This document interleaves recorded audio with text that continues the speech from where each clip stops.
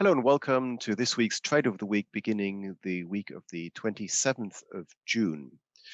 Last week's Trade of the Week was to go long the Australian dollar against the US dollar, and to do so at 69.90, which was here on this daily Aussie US dollar chart, and a stop loss below 68.40, just below the previous low, which was made in mid-June.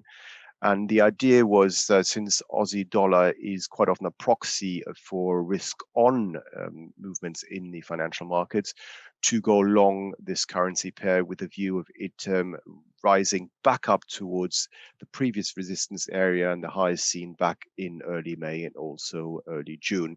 And the target is at 72.25. So that was last week's trade of the week.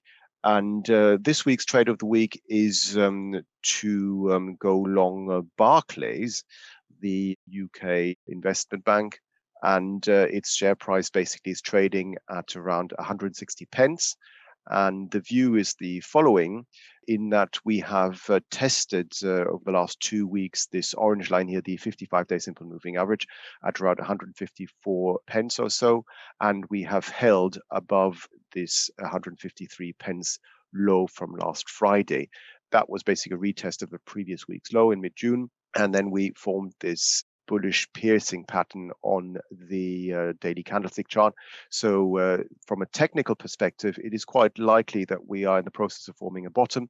Obviously, for this to be confirmed, what we would like to see is a rise above the mid-June high at 163p, in which case we would most likely be heading back up again towards the May highs, and also the red line here, the 200-day simple moving average, between 175 and 176 pence or so.